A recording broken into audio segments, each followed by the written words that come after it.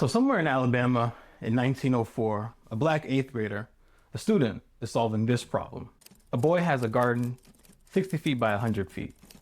If a cubic foot of damp clay contains 18 pounds of water, what is the weight in tons of the water in the garden to the depth of a foot? This problem requires unit conversion, geometric area, and proportional reasoning. That's not remedial work. That's not busy work. That's rigorous mathematics. The same level you'll find in a well-resourced white institution in the same era. And yet, the dominant story told about black students in math, in policy documents, in research, in national assessments, almost never starts here.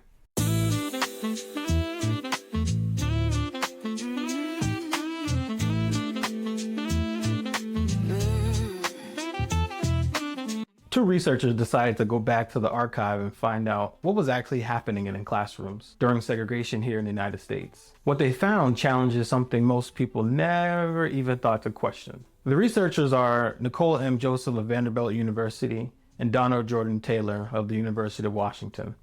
Their question was straightforward, but almost entirely unexplored. What types of mathematics education did black students living in the South actually have during segregation?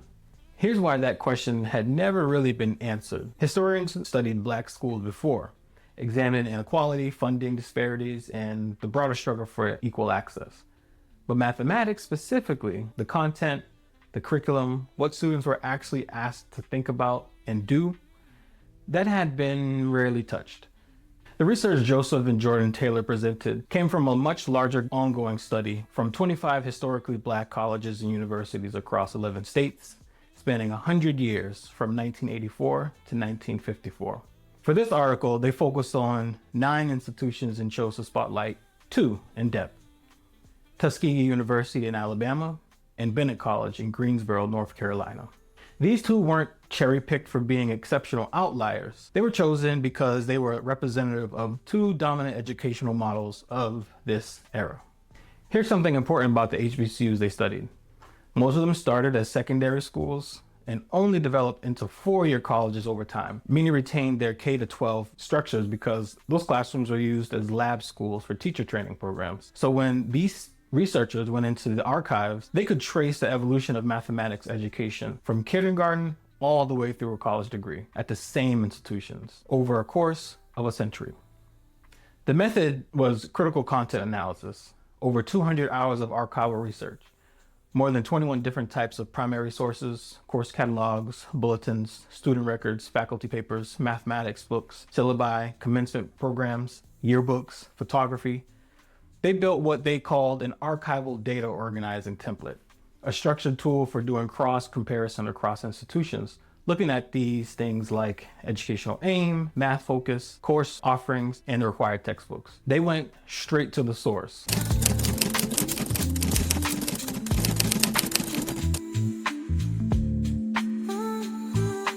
There's a famous debate in American educational history, one you may have heard of, between Booker T. Washington and W.B. Du Bois.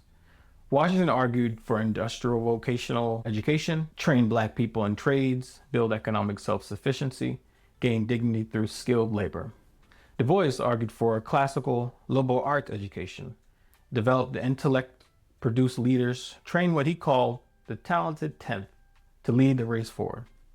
For over a century, that debate has been framed as a rivalry, 2 men with 2 philosophies fundamentally in conflict. But in 1905, Howard University professor Kelly Miller offered a different frame. He said the value of a triangle depends upon its altitude, as well as upon its base. Therefore, the 2 forms of education should be considered based on relative, not rival claims. That's where Joseph and Jordan-Taylor's title of their research paper came from, and their findings bear it out.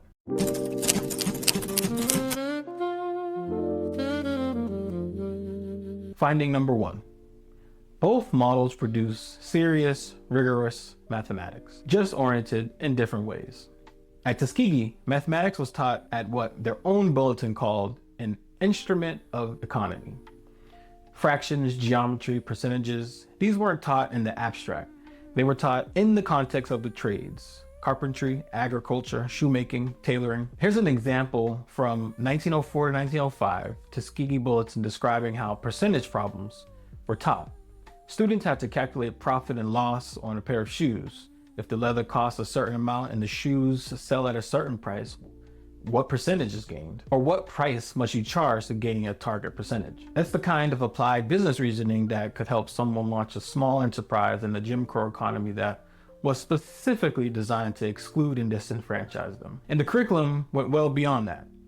The full 7-year mathematics program at Tuskegee covered arithmetic, concrete geometry, algebra, plane geometry, solid geometry, plane trigonometry, and surveying. Trigonometry specifically was taught so that students could do actual outdoor work, laying off lots, plotting county and country roads, surveying land. Their education was experiential. The textbooks Tuskegee used were rigorous. One was First Year Mathematics for Secondary Schools by Ernest Verschlich, head of mathematics of the University of Chicago High School, published by the University of Chicago Press. The same books were used at well-resourced white institutions. At Bennett College, the model was different but equally demanding.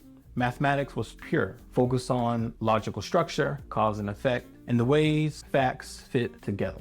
High school freshmen took elementary algebra, simple equation, special rules, and factoring.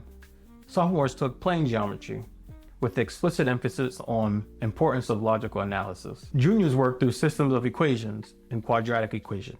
At the college level, Bennett students took hold of solid geometry 5 hours per week, studying spherical polygons, prisms, cylinders, and cones. Then college algebra, binomials, theorems, logarithms, determinants, then trigonometry, 3 hours per week in junior year. Finding number 2. Both schools had robust teacher training. The graduates went back into the Black communities to teach. This finding is a finding that I find most compelling because between 1985 and 1990, Tuskegee's first 6 years, 80 students graduated, and of the 80, 63 became teachers. That's nearly 80%.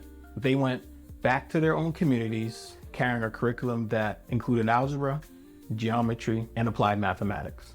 Thinking about what that means structurally, these schools weren't just educating individuals. They were seeding mathematics knowledge across the Black South, teacher by teacher, community by community, in a system designed to deny it to them. Finding number 3. The learning was genuinely rigorous. Problem solving, discourse, performance assessment.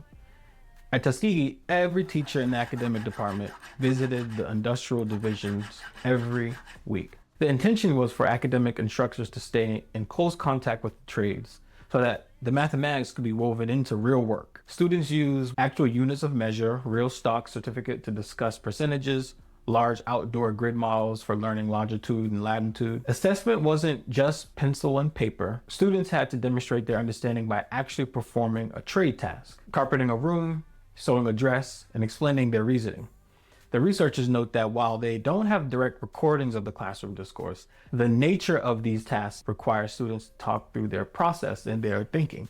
That's what mathematics educators today call performance assessment and mathematical discourse. It was happening in Alabama in 1904. Here's what I find so significant about this research. The way we talk about Black students in mathematics today in policy documents and achievement gap discourse in the framing of intervention programs almost always begins with deficiency. It begins with what's missing, what's below average, what needs to be fixed. The framing has its roots. It didn't appear from nowhere. What Joseph and Jordan-Taylor argue is that we've been having a 60-year national conversation about Black students in mathematics without a historical foundation.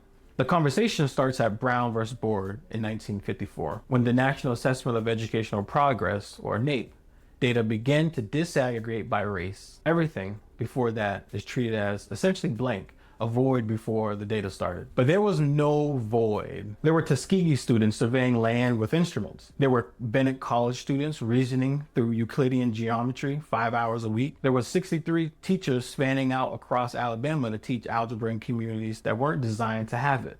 What strikes me is the specific mechanism by which the history gets erased. It's not that someone decided to suppress it. It's the upfront framing that Black students did not do advanced mathematics and therefore never needed to look for it. When your analytical frame is built around deficiency in comparison to white students, you don't go looking for archival evidence of rigorous mathematics in the Black schools before the data era. That's what critical race theory, the framework that Joseph and Jordan-Taylor use, actually does in practice. It says the absence of history in the literature is itself a finding. And there's something else here worth sitting with. The Du Bois versus Washington debate, which has been taught as a fundamental conflict between two visions, wasn't actually a conflict in the classroom. Both Tuskegee and Bennett College were doing rigorous mathematics at a high level. Both understood it as a tool for racial uplift. The difference was in how they oriented the tool, towards the economy or towards the intellect. Professor Kelly Miller's triangle metaphor holds up. The value of the shape depends on both its base and its altitude. You don't have to pick one. What does this actually mean for teachers, for policy, for how we think about mathematics education now? First, the historical record can disrupt deficit narratives in a way that contemporary data alone cannot. If a student or teacher or policymaker believes that Black students have always struggled with mathematics, that belief is partly a product of a missing history. This research fills part of that gap. Second, the two models, question vocational versus classical, applied versus pure, is not a new debate, and it's a binary. The archive shows that both approaches produce rigorous thinking. The lesson isn't that one is better, but the framing that as opposites obscures what both were actually doing. And third, and most practically, there's a question Joseph and Jordan-Taylor leave on the table from scholar and my good brother, Dr. Danny Martin. He asked, who is a highly qualified mathematics teacher relative to the needs of African-American children?